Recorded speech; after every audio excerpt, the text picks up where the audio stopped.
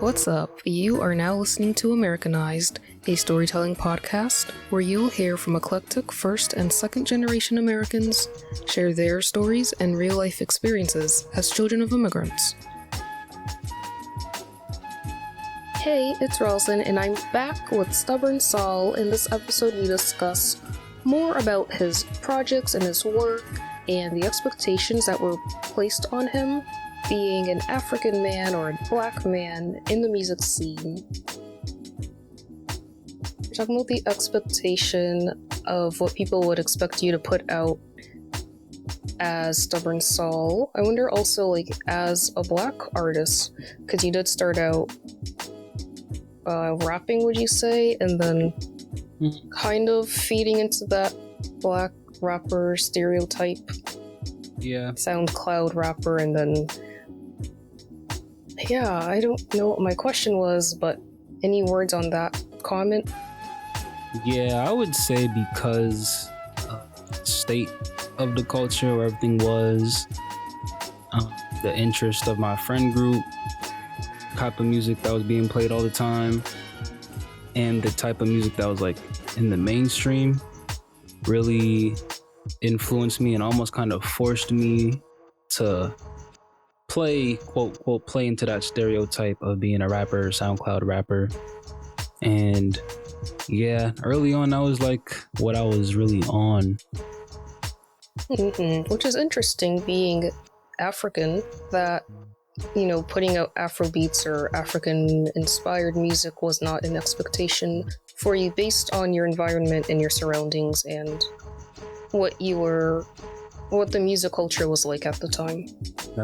But because people mainly just see the color and they see, oh, he's into music, he definitely raps and he definitely has a SoundCloud and his music might be good, but it's most likely gonna sound like everything else probably. That's right. What it really was for a while, like a long time. Expectation, what people expected, that's what it was. Yeah, definitely. And an interesting answer that I have to this everyday question, if I tell people that you make music, they'll ask, what type of music does he make? And I try to not say rap because I don't know if you identify as a rapper or what your genre is, but I kind of have a hard time explaining what type of music you make or what it is.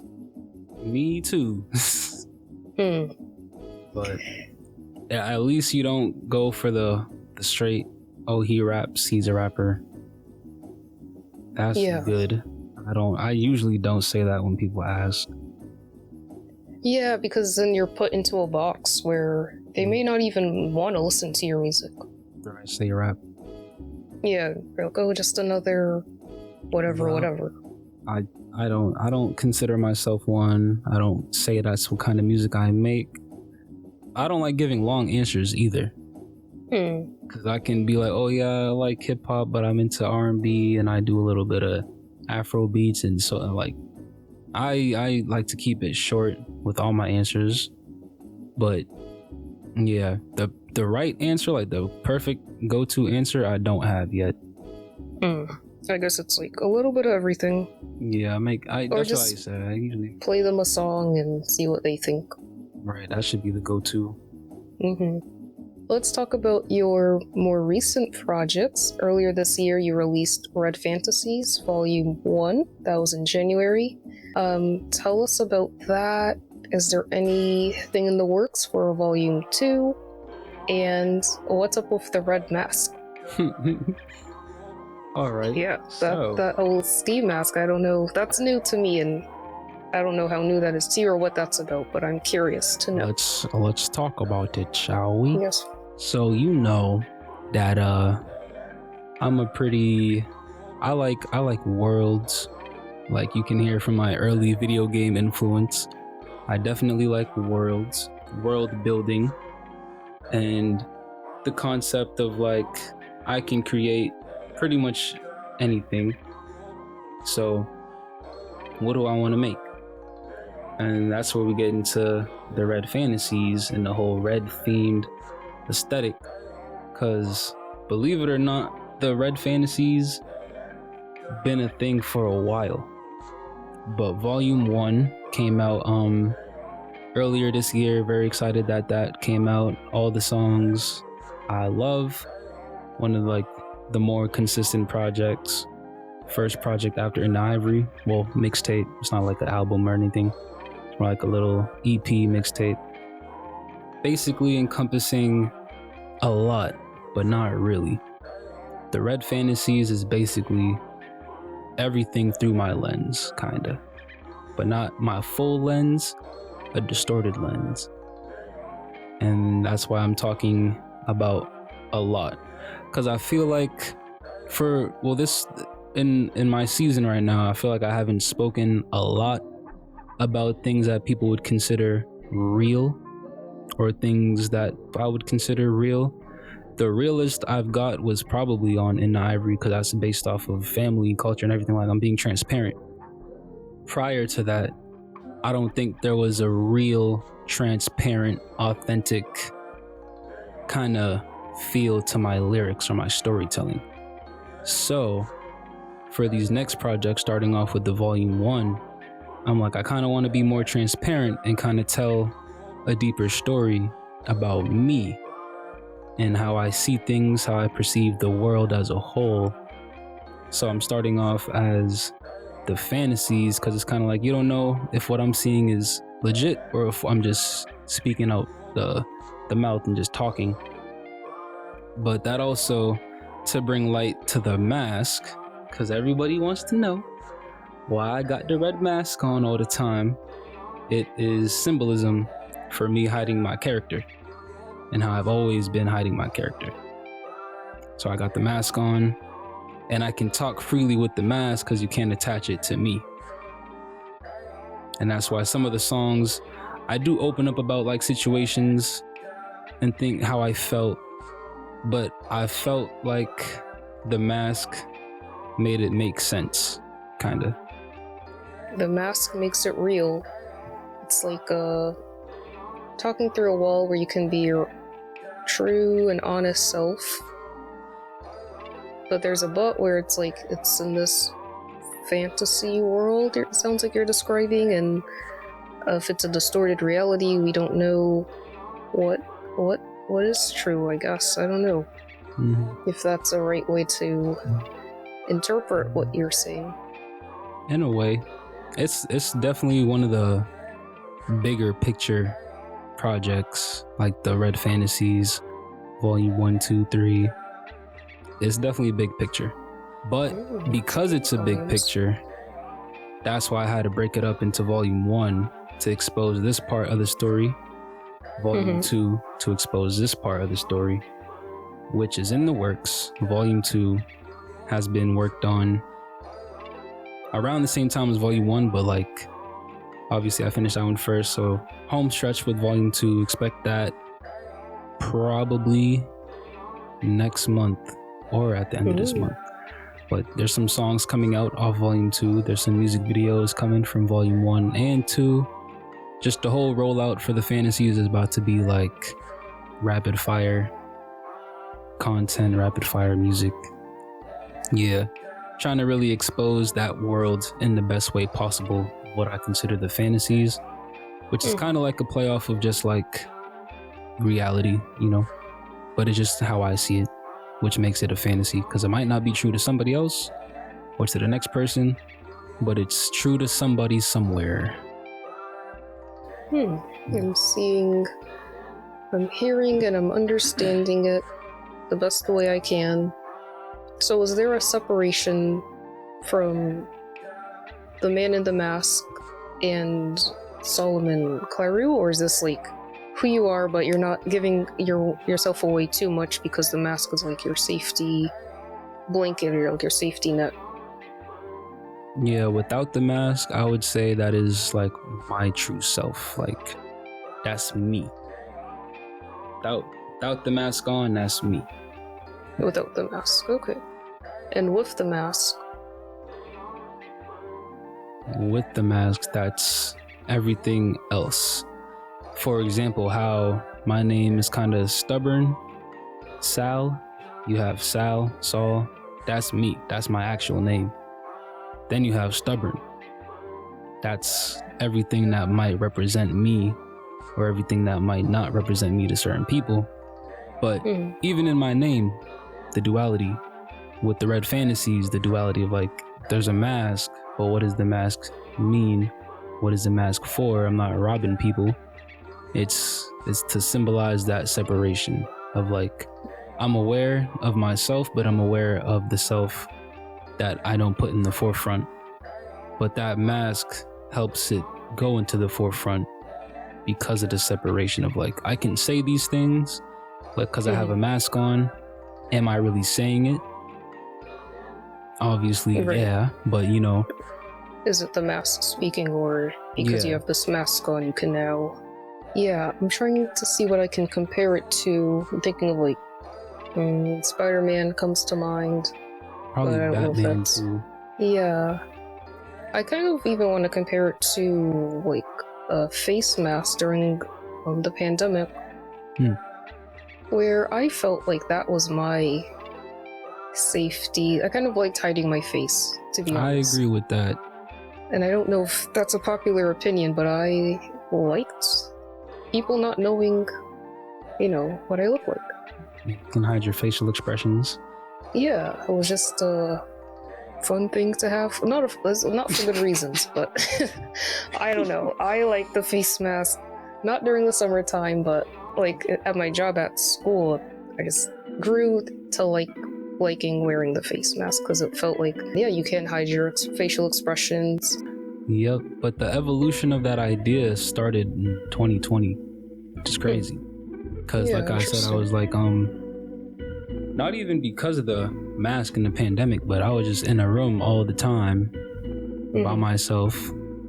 And there was a lot of time to like just reflect and think and see what I want to do, where I want to go in life. And I would always have the lights on red. So whenever I was making beats or like in that zone, the lights was on red. It's kind of subconsciously, like in the background, I'm just like, red is a vibe. Red is cool. Red is like, it's a world. And on top of that, being on campus with probably less than half the population, we're all isolated.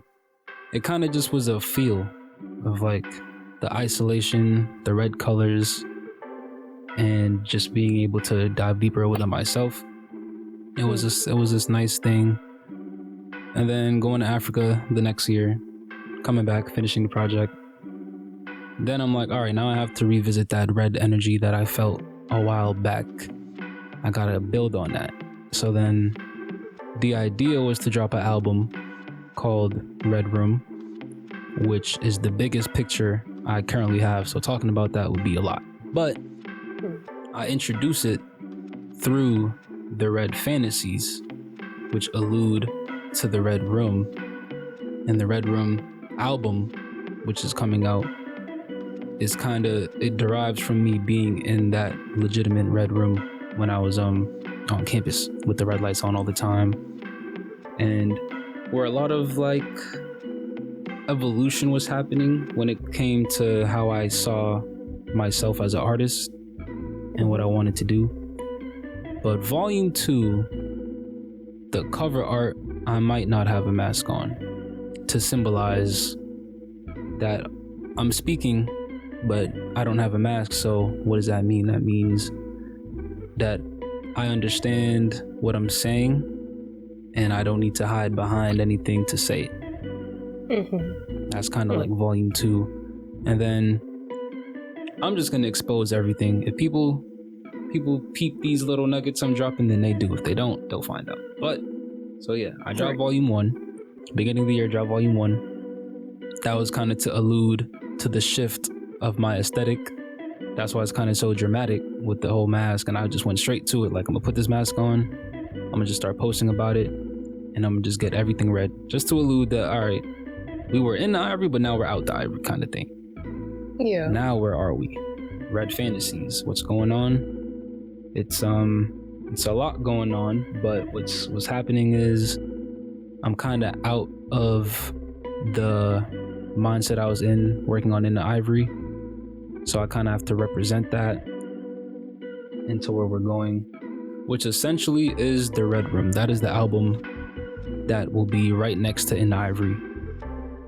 Red Fantasy Volume 1 and 2, I don't consider those albums. They're more like mixtapes, EPs, to build the world that is for the album coming out.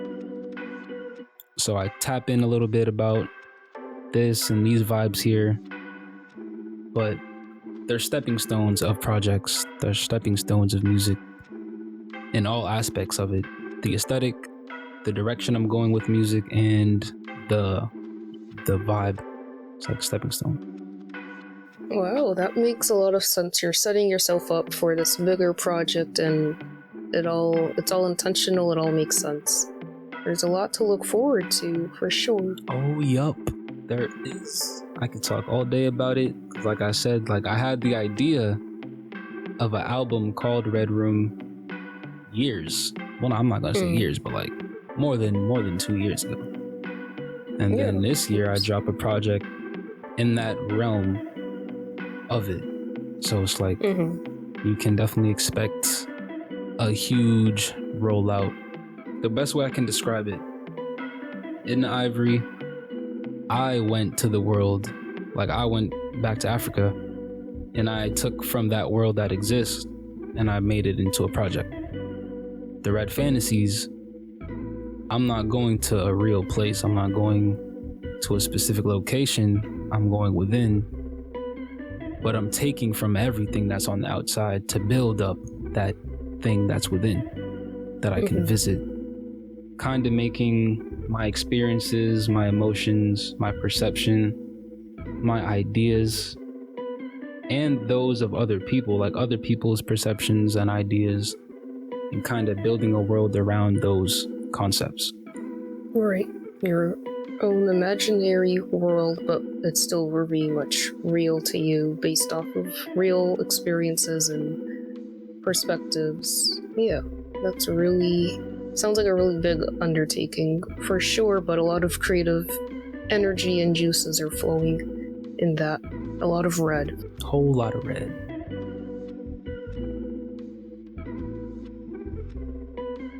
In the world of performing, I've had the pleasure of attending 2 of your performances in the past year, really, past few months.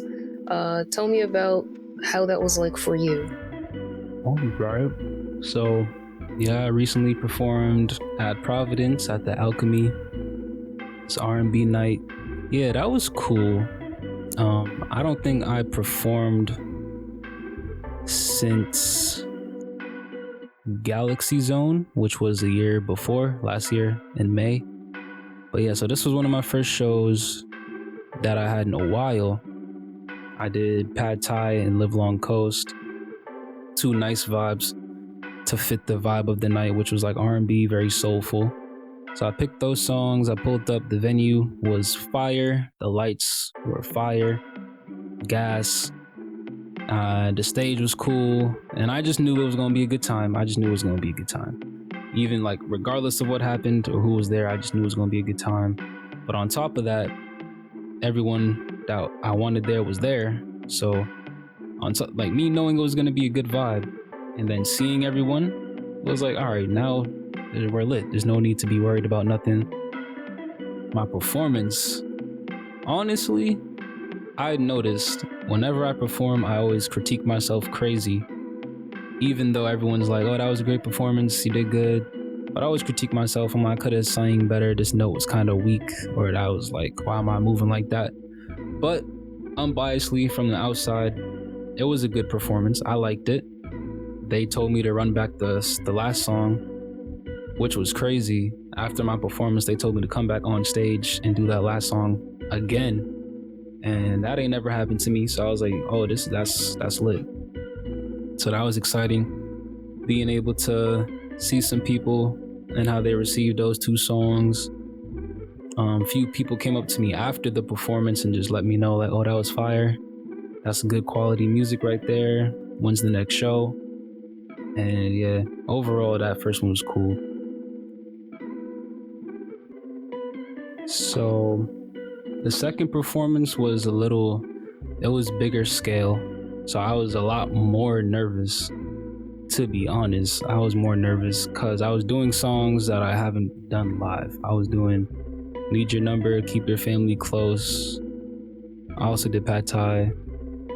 I might have done one more. Yeah, I was just anxious because I was like, I haven't done these songs. There's no auto-tune on this mic, and I'm playing with a live band, and we didn't rehearse. So anything could happen. Like, anything could happen. This is not a controlled environment. That was my mindset. But again, everyone that I love was there. I know my music is good, so performing it, I know people are gonna vibe. But during the performance, it was so funny because I put my phone up on Instagram Live and I put it down like in front of the DJ booth. And before I even walked back to the mic, he played the first song. So I'm over here setting up my phone and the first song starts, so I have to casually walk back to the mic as if he didn't play the song earlier than I wanted, which threw me off a lot. So from that point forward, I was like, dang. But I caught my confidence maybe like towards the end of that song, and then I introduced myself so they got to hear the music, and then I got to talk about myself for a little bit. Then we got into the second song, which was like the live band, and they didn't play at first. I think they were just waiting to see what the vibe was, which was cool. So I was vibing. But then when the band came in, and then we were like probably a little into the song, I was really enjoying myself. I was like, this is a vibe. I kind of stopped thinking so much as the show was going on, because earlier, like right from the jump, especially when I kind of started late, I was like, oh, I ruined the whole show, it's over with, it's gotta be garbage. But then, you know, I just started to listen to the music, and then I think once I started to listen to the music and not focus so much on me or like how I sound or what I'm doing, how I look, then it became a better environment to perform. Even if I wasn't hitting all the notes, which I know I wasn't, but still, it was like I was enjoying myself. I was vibing with the band. They was rocking out. I was rocking out. Every time I got a chance to look out into the crowd, I saw someone dancing or someone singing along to lyrics they thought they knew, but I know they don't know them. But other than that, it was a vibe. I liked performing on both of those stages. At the Alchemy in Providence, Big Night Live in Providence. Yeah, those nights were super fun, and the crowd, I think you were just in a really supportive environment, so whether anything went wrong, I think everyone would have been really supportive anyway. And yeah, like the guy that I was standing next to at the second show, I don't know who he was, but he was like diehard fan. He was like hyping you up and like jamming out, and I was like, as a big sister, it was like a big sister, like a proud moment. Like, I don't know, it meant something to him. He was telling everybody around us like, this guy's so good, his music is so good. Like, he was recording you and dancing and everything. He kind of like bumped into me at one point, and like that was fun. He was jamming out, and I was like, it was a great time. And I don't think I peeped any. Like, we're always our biggest critics, so, and everyone was there to have a good time. And they made us wait for a long time before, like, the show started, so I think we were just ready to vibe and jam out to some good music, and that's what we did. So, I would say those are both really successful performances and nights, and just a good time overall, from my, like, standpoint. That's good to hear. Yeah. Yeah, overall, it was like, good vibes. Yeah, definitely. And definitely keep doing it. Like, don't let any like inconsistencies or anything unplanned stop you from future performances. Definitely. All right, to wrap up, the last question that I ask everyone, what is your message to the listeners? My message to the listeners. Hello, listeners. This is my message to the listeners.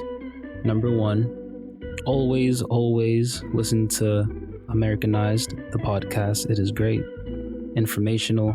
Learn more about my sister here, Rosalind, and the community she's building with bringing on people. It's a great thing. Always tune into my music, of course. But the takeaway for this season in life, this message is, we're in 2023. Spend some time with yourself and see how you wanna wrap it up, how you wanna wrap up the rest of the year.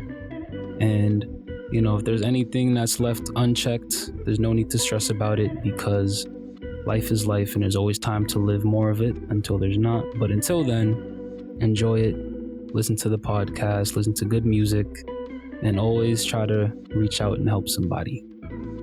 Well said. Thank you for that support as well. And thank you for providing all the music on the show. I always say all original music produced by STBRN SAL. This is STBRN SAL. Be sure to catch him on all music listening platforms at STBRN SAL, STBRN space SAL, and just click on whatever looks cool. Yeah. Hit me up on social media. Absolutely. I never say the space part, but what he said, STBRN space SAL, STBRN SAL. Well, it's been a pleasure talking with you and hearing more about your art, and I actually learned a few new things and a lot about your upcoming projects, so that was cool. That was great. I'm glad I could share. Glad I could fill in all the listeners of what's going on, what's been going on. Mm-hmm. And I'm looking forward to the next time we get to speak about art on a platform where people can listen. Absolutely. This was definitely overdue, but I'm glad it happened today, especially with the way you've evolved as an artist and the way your music has evolved. I think this was a great time to interview you. Facts. But thank you, though. Thank you. Thank you. Thank you so much for listening. You already know who produced the original music for this podcast. The link is in the episode notes. Catch you in the next episode.